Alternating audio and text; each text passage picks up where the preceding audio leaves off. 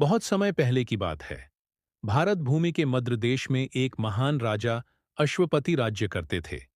वे धर्मनिष्ठ, प्रजाप्रिय और उदार स्वभाव के थे। उनकी संतान नहीं थी। वर्षों तक उन्होंने तपस्या की, व्रत किए और अंततः देवी सावित्री ने उन्हें एक अद्भुत कन्या प्रदान की। उसका नाम भी माता के नाम पर रखा गया, सावित्री। सावित्री बचपन से ही अद्भुत थी। उसका रूप तो चंद्रमा जैसा निर्मल था, परंतु उससे भी बड़ा था उसका तेज, उसकी बुद्धिमानी और उसका धर्मपरायण स्वभाव। राजमहल में सब उससे प्रेम करते थे। समय बीता, सावित्री युवावस्था में पहुंची। राजा अश्वपति ने उसका स्वयंवर रचाया। दूर दूर से राजकुमार आए, राजाओं के बेटे आए, परंतु सावित्री का मन एक साधारण किंतु तेजस्वी युवक पर आकर ठहर गया। उसका नाम था सत्यवान।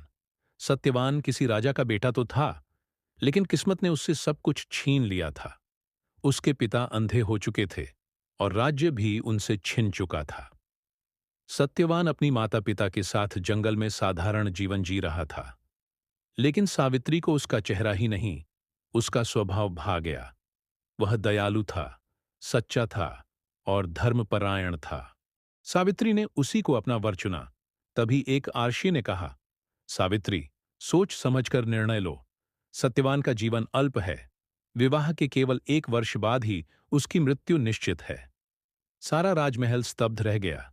सबने सावित्री को समझाया, बेटी, यह रिश्ता मत कर। क्यों अपना जीवन दुख में डाल रही हो? लेकिन सावित्री ने दृढ़ स्वर में उत्तर दिया, सावित्री का वर केवल एक होता है। मेरा मन, प्राण और जीवन सत्यवान से बंध चुका है। चाहे जीवन छोटा हो, मैं सत्यवान को ही अपना पति बनाऊंगी।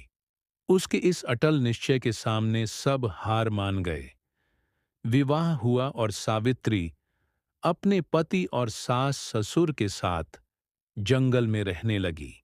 महल का वैभव छूट चुका था, लेकिन सावित्री के चेहरे पर कभी शिकन नहीं आई। वह लकड़ी लाने में मदद करती, पानी भरती और अंधे सास ससुर की सेवा करती। सत्यवान अक्सर कहता, सावित्री, तुम राजमहल की राजकुमारी हो, तुम्हें यह सब करने की आदत नहीं होगी। सावित्री मुस्कुराकर कहती, पति का घर ही पत्नी का महल होता है। मेरे लिए यही सुख है। उसकी सेवा और प्रेम से पूरा परिवार सुखी था। दिन बीतते गए। धीरे धीरे वह समय नजदीक आने लगा, जिसका संकेत आर्षि ने दिया था।